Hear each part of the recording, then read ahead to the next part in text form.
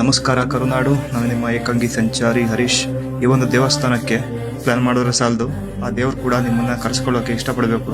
ಹಾಗೆ ಸತತ 2 ಬಾರಿ ಕ್ಯಾನ್ಸಲ್ ಆಗಿ 3ನೇ ಬಾರಿ ಇವತ್ತು ಹೋಗಿ ಭೇಟಿ ಕೊಟ್ಟು ಶ್ರೀ ಅರುಣಾಚಲೇಶ್ವರನ ದರ್ಶನ ಪಡೆದು ಗಿರಿ ಪ್ರದಕ್ಷಿಣೆ ಮಾಡಿದೆ. ಸುಮಾರು 14 ಕಿಲೋಮೀಟರು ಗಿರಿ ಪ್ರದಕ್ಷಿಣೆ.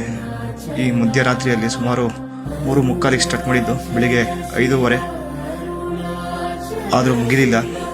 ಹಾಗೆ ಗಿರಿ ಪ್ರದಕ್ಷಿಣೆ ಮಾಡ್ತಾ ಸುಮಾರು 8:15ಗೆ ಗಿರಿ ಪ್ರದಕ್ಷಿಣೆ ಎಂಡಾಯಿತು. ರಾಜಗೋಪುರದ ಬಂದು ಎಂಡ್ ಮಾಡಿದೆ.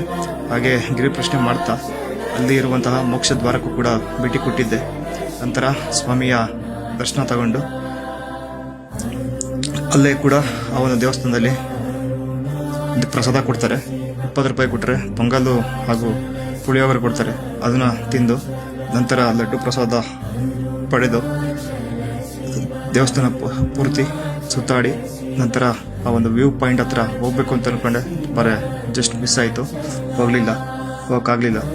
ನಂತರ ಈ ಒಂದು ದೇವಸ್ಥಾನದ ಒಳಗೆ ಈ ಒಂದು ಸರ್ಕಲ್ ಮಧ್ಯೆ ನಿಂತ್ಕೊಂಡ್ರೆ ಸುಮಾರು ಈ 9 ಗೋಪುರಗಳು ಕೂಡ ನಾವು ಕಾಣ್ಬೋದು.